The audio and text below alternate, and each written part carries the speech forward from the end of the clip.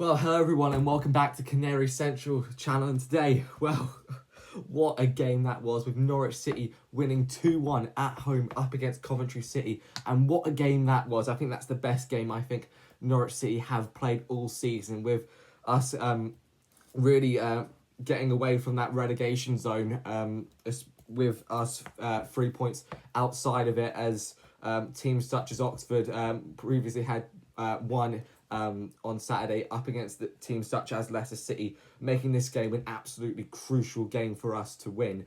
And well, we certainly turned up. I think the first half, I think we definitely showed some intent to definitely really score. I think we should have 100% scored in the first half especially, but Coventry did come in with Romy and Esse, formerly of Crystal Palace, scoring in the 38th minute, and what was, I think, their first shot on target that entire game, with that going in, and it was such a blow. But that motivational team talk at half-time that apparently happened, really rejuvenated the Norwich City players to keep on fighting.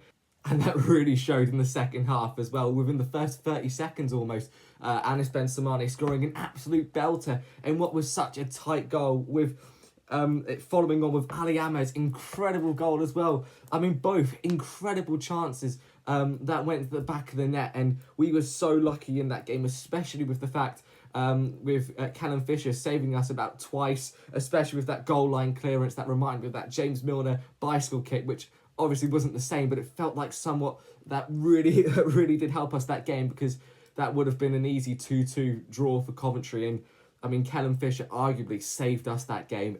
And I would argue some of the referees' decisions was very poor. I think there was about 3 or 4 cases where we should have had a few fouls, especially with some of the tackles on Yova Makama, who was absolutely being tugged by number 23, that being Thomas Asante. And gosh, what he was doing to Yova Makama, absolute childish play, and the referee still didn't even call for even him to get booked. I think the amount of times he did it, he should have probably been sent off.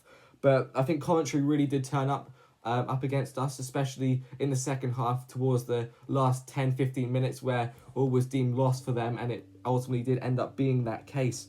And they tried so many times, especially with that free kick in the 96th minute, which was a really dangerous opportunity, and luckily that that was able to be cleared out, and well, we won that game fair and square. But Fisher, incredible. I think Slimani and Ali Ahmed really are showing their potential and wanting to stay at that commitment for the club, especially.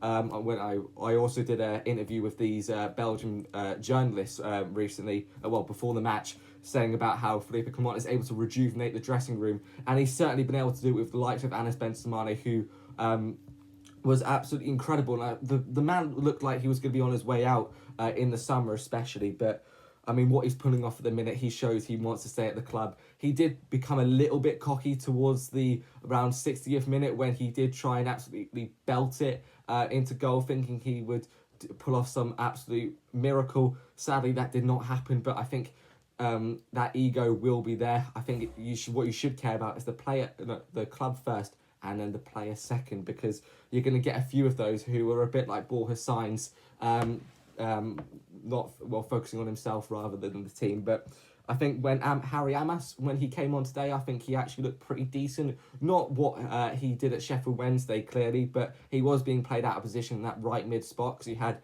Tony Springett, who didn't really perform his best game in the Norwich City shirt. I think he's not a starting right midfielder, and I think we do need a right midfielder who is capable enough of starting and being that sort of Ali Ahmed. I mean, you do have that Papi Amadou Diallo for that case, but still, I think Harry Amas did pull off a really good performance in that position, but I think Ben Crescene should have been subbed off. Yes, he did really well during that game, but I think you need to be playing players in their actual position and not moving them somewhere else just to say, oh, we played him today, he was all right, let's keep playing him.